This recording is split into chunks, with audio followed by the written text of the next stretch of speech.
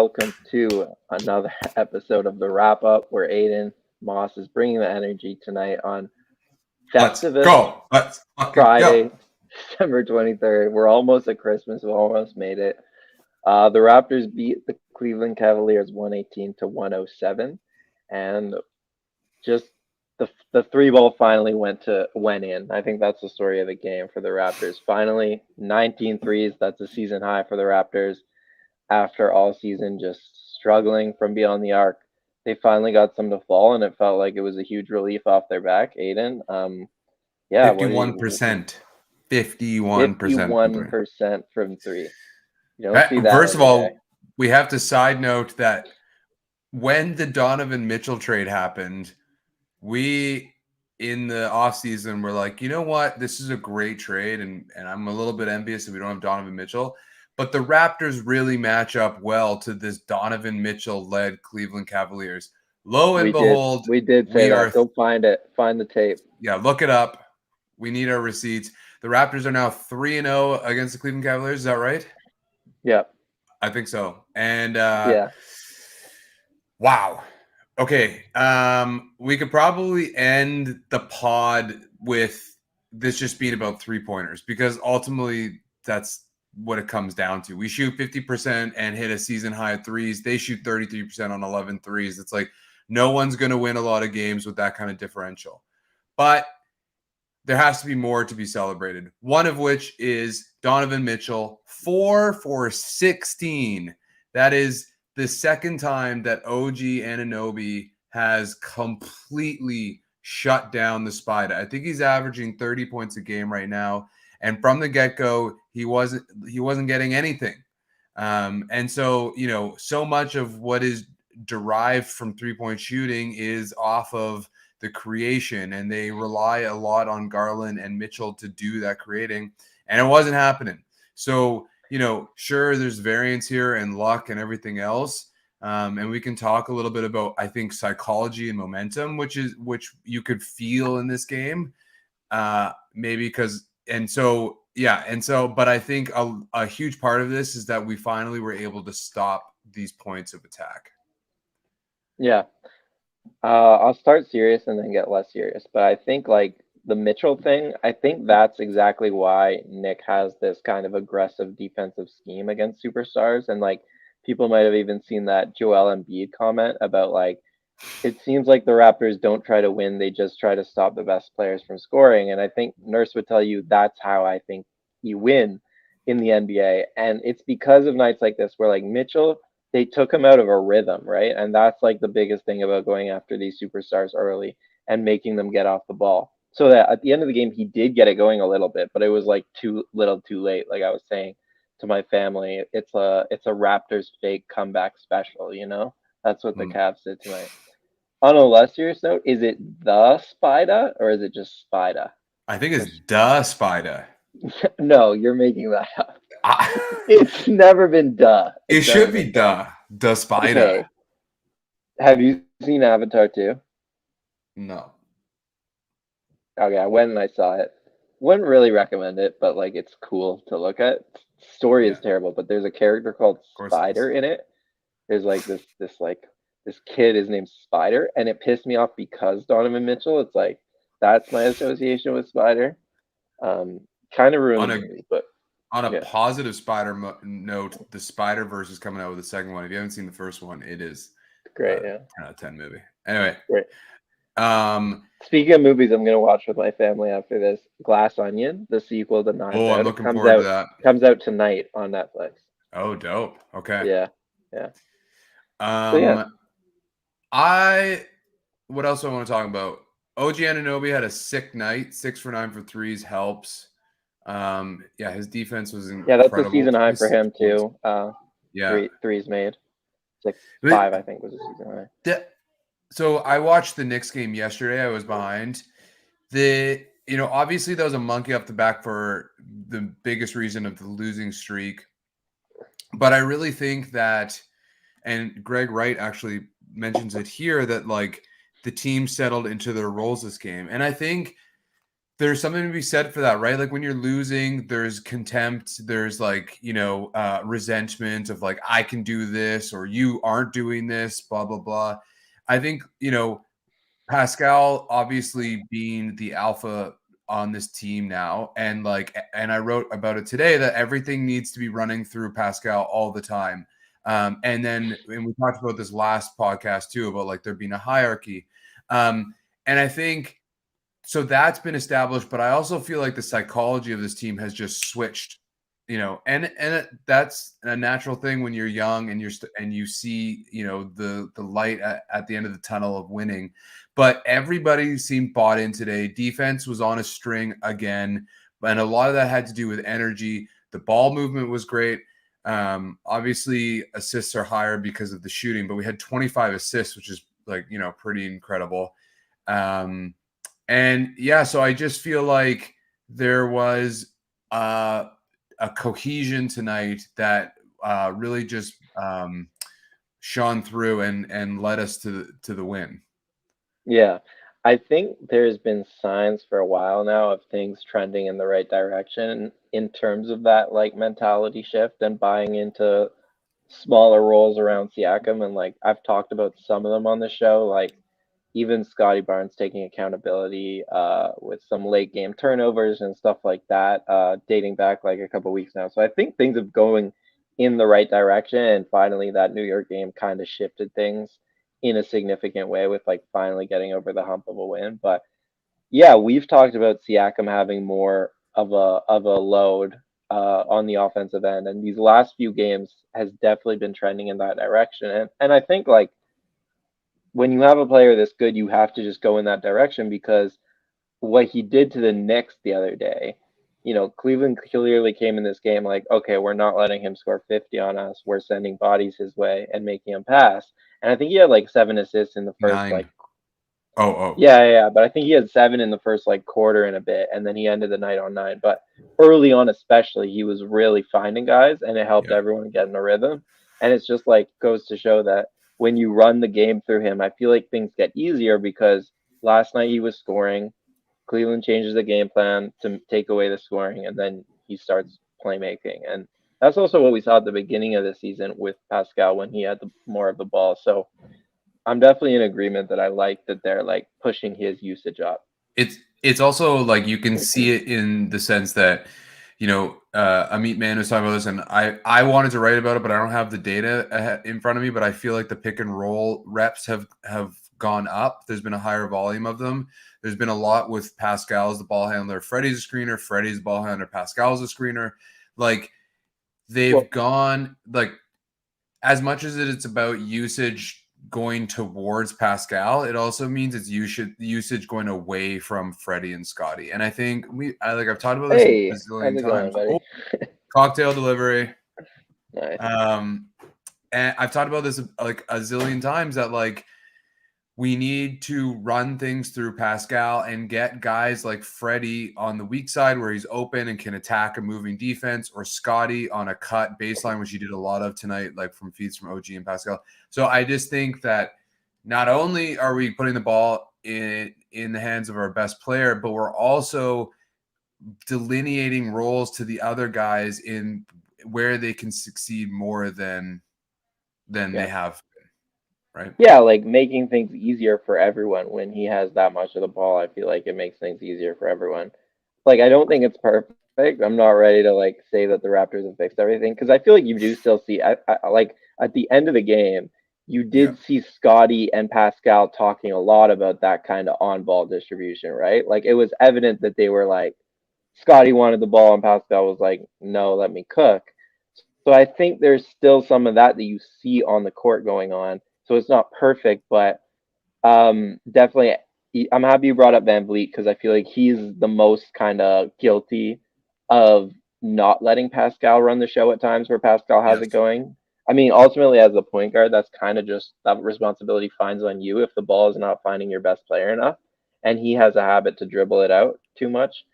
Last couple of games, I haven't seen him do that at all. He's just been happy to get off the ball, go screen Yeah. for Pascal, whatever. But 12 shots tonight, right? I was just And gonna say 10 of that, and them 4 assists. Yeah, and 10 of his shots were threes. And like I like that in terms of Fred's shot distribution. Like I want most of his shots to be threes. But Um, the irony is that and it was kind of mixed emotions. Like the last 3 games, Freddie was just flying at the rim in a controlled and, yeah, like, successful way I've never seen before. Like, going yeah, into bodies and finishing strong. So that was encouraging. The Knicks game, particularly, like, I like that he was it was like semi transitions where he was getting to the rim. The Kings game, for example, like it was great, but it kind of felt like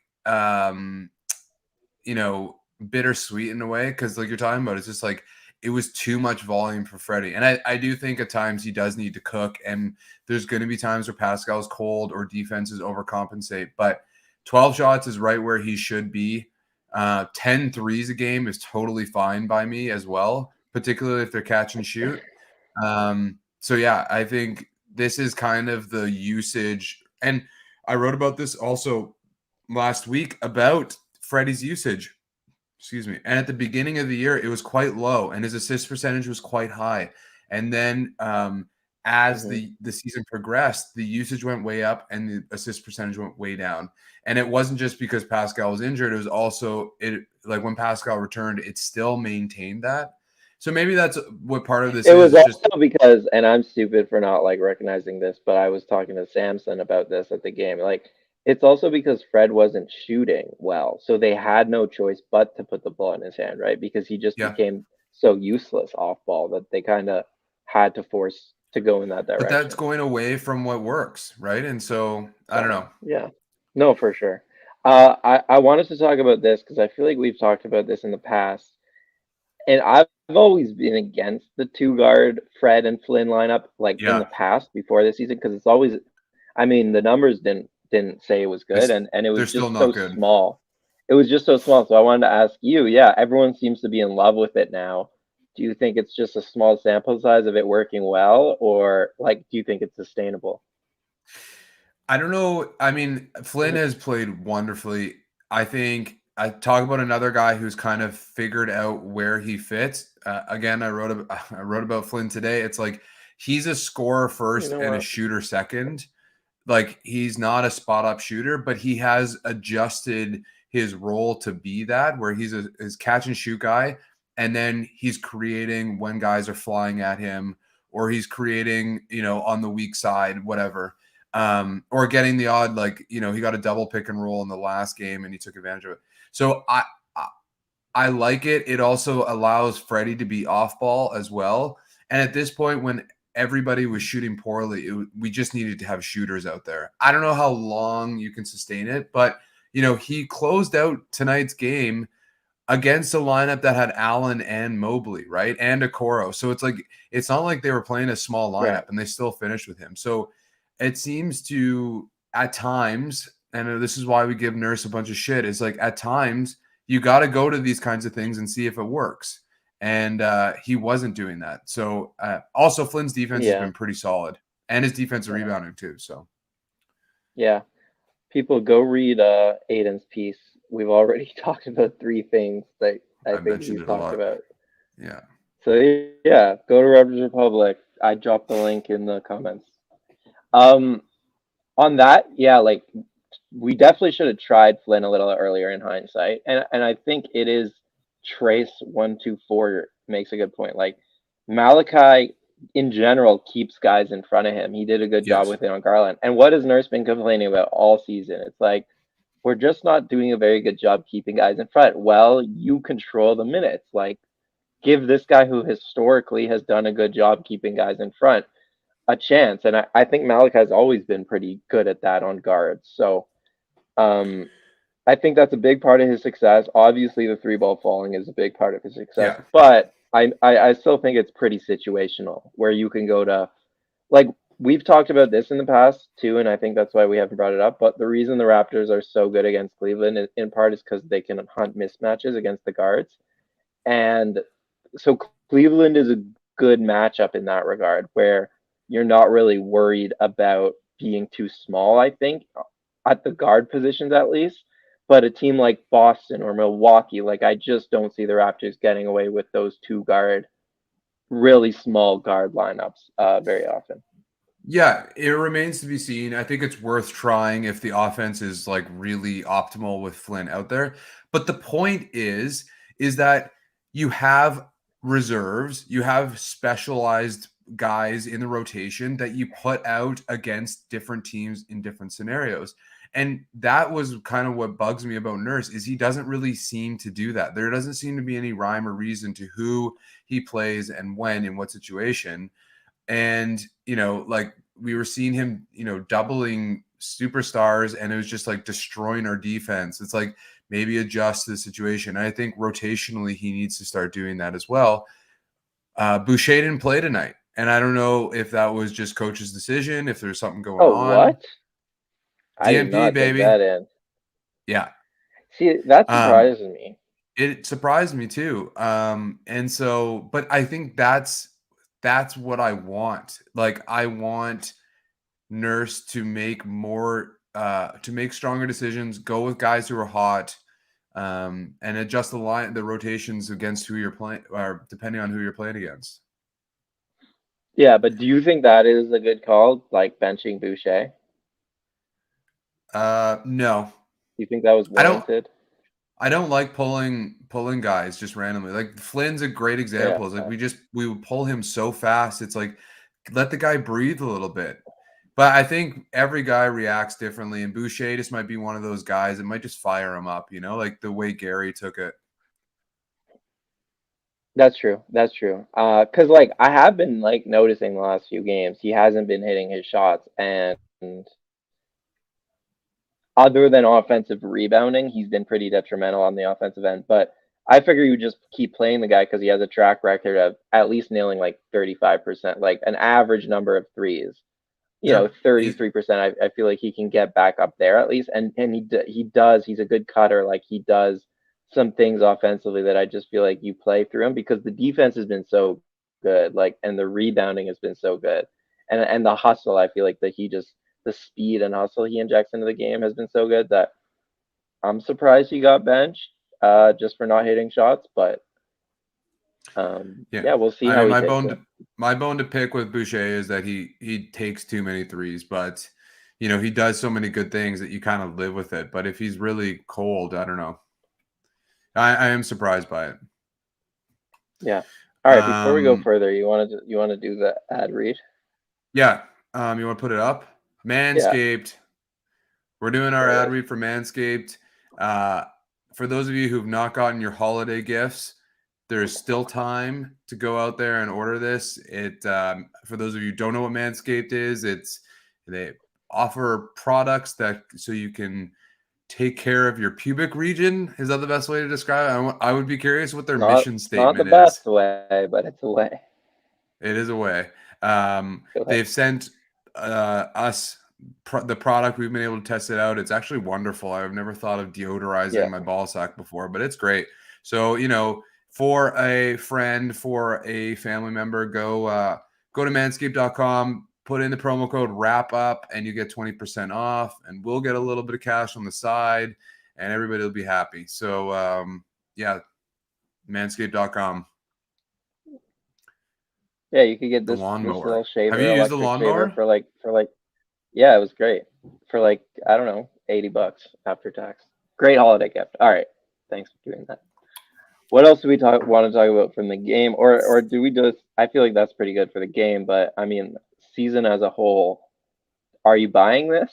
You buy this? A little 2 game winning streak going into Christmas break. Everyone's going home, be with family. Well, Are you buying the Raptors turning their season around? we've seen that the margins are thin. I think the question is, can we thicken the margins, right? Like, can we not rely on Pascal to just be like supernova to win? And I think the answer is yes. I still feel like there's so much room for Scotty to grow, and OG also is growing like before our eyes. Like some of his moves, some of his attacks are way tighter than they were even at the beginning of the year. Like he got to the lane a couple of times, just like very smoothly for OG. So I think they just needed to see a win. There was 3 games in the 6-game losing streak that they should have won. The Philly game, the Sacramento game, like the Brooklyn game. Like they could have easily won those games, and we wouldn't even be here being like, is the season like at risk? So I'm optimistic they can turn it around. Um, yeah. What about you? Yeah, I'm definitely optimistic they can turn it around to an extent. Like, I think they can definitely be like a 7-8 seed, maybe six. But I think that the flaws that we saw in this losing streak and that we've seen all season are still there and are going to rear their head at times this Yeah, season when whether it's there's a couple injuries pile up or they're just playing better teams. Like, I really think this team would just be so much better with a real center.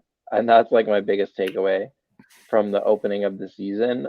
But that's not necessarily a bad thing because I think that just like, I think the need has clarified a bit for me in terms of what their priority needs to be. And you can get that player and keep it going this season and just kind of, yeah, like build off that, not make any crazy changes, but just kind of get incrementally better. Um, I agree though. I think they just need to see a win, and now the vibes are definitely different at the least. vibe. Yeah, Um, you can feel those vibes. yeah. So Yeah, yeah, I mean, I'm still torn on the center thing. I think ultimately you're probably right. I think at the very least it just provides more versatility than I thought we had. Like I thought we were. Let me rephrase it. I thought we were more versatile than we are. And I think yeah, getting a center kind of like fills that need because our defense in the paint and at the rim has just been very poor. And you know, there are reasons for that maybe don't need to be fixed with the center, but it kind of seems like that would be the move that needs to be made. But I love Wancho as the fifth. I mean, I talked about Otto Porter Jr. being the fifth earlier this year. Wancho's essentially the same idea, and he's done a really good job.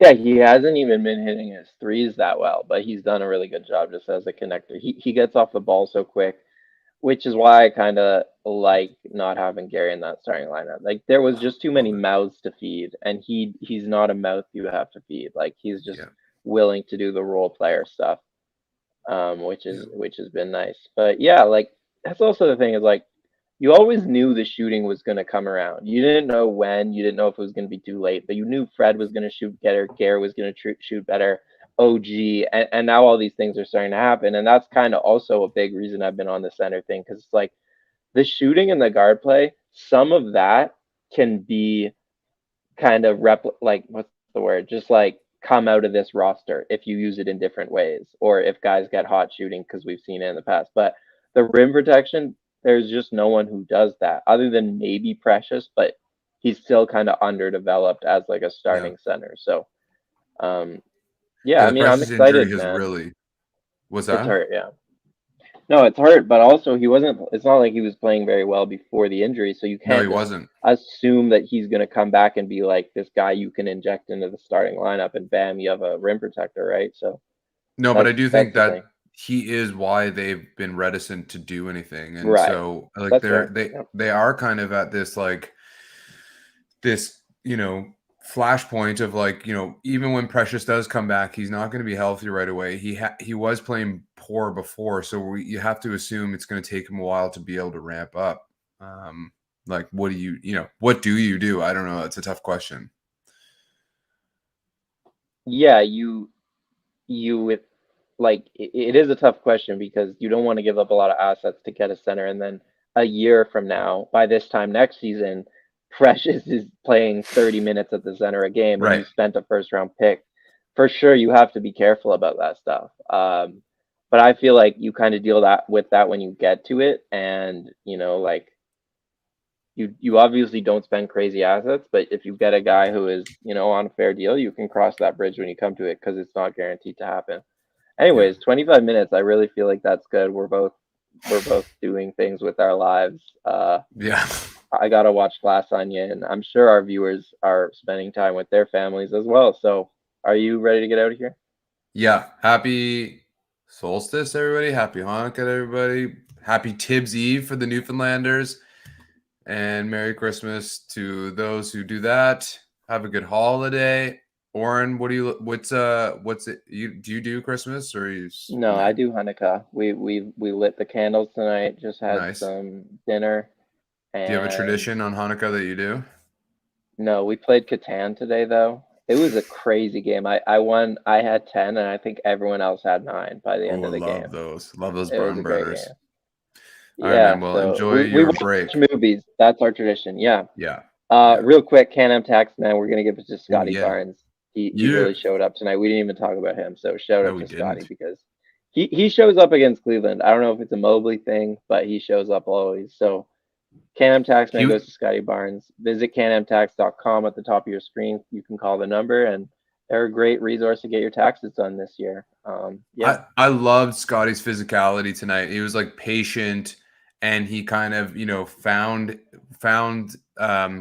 his footwork was strong, and he was just yeah he looked like the guy that we saw last year, who was just the calculative and physical and domineering. It was great to see.